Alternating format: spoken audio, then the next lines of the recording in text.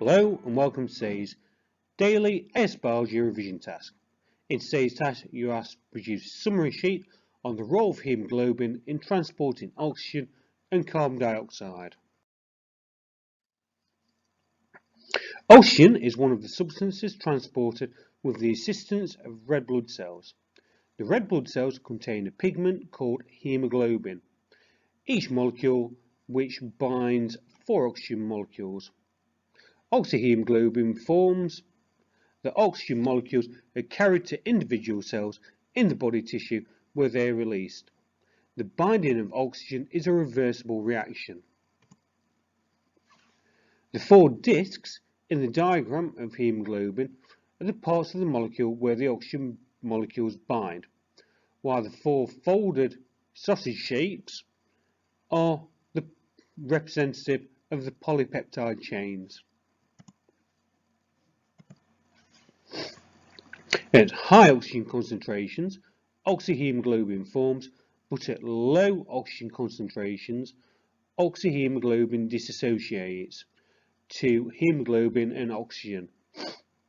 The balance can be shown by an oxygen dissociation curve for oxyhemoglobin. The curve shows that at relatively low oxygen concentrations, there is uncombined hemoglobin in the blood and little or no oxyhemoglobin. At relatively high oxygen concentrations, there is little or no uncombined hemoglobin in the blood.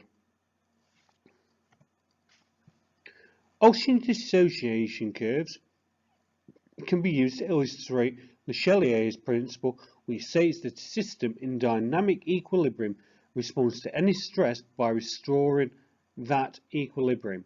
For example, shifts in the position of the curve occur as a result of the concentration of carbon dioxide or changes in the pH.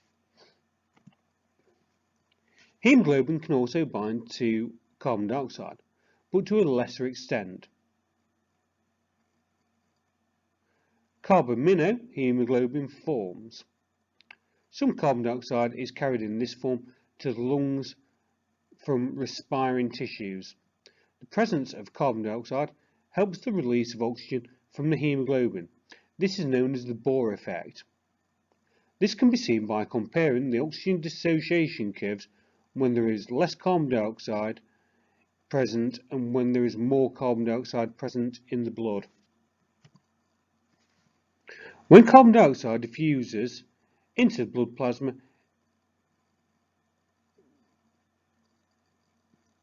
in the presence of the catalyst carbonic anhydrase, most carbon dioxide reacts with water in the erythrocytes and the following dynamic equilibrium is established.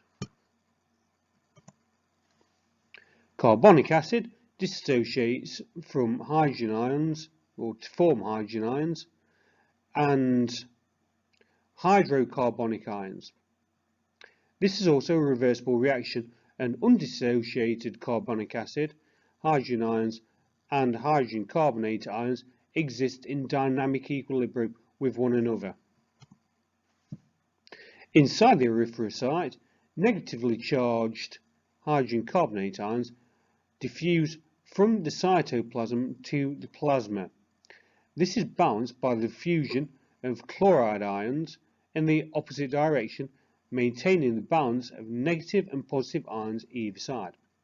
This is called chloride shift.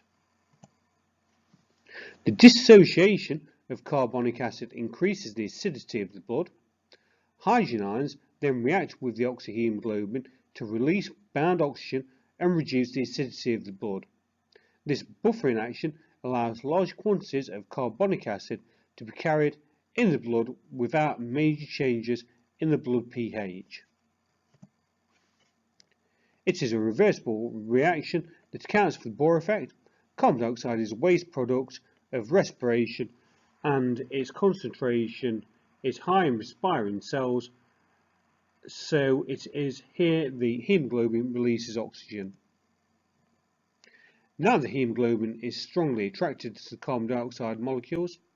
Carbon dioxide is removed to reduce the concentration in the cell and it's transported to the lungs where the concentration is lower. This process continues since the oxygen concentration is always higher than the carbon dioxide concentration in the lungs. The opposite is true in respiring tissues.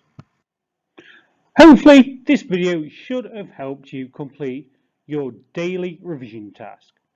Please subscribe so you can keep up to date with other videos to help with your daily revision tasks. You can follow me on Facebook or follow me on Twitter to help you keep up to date.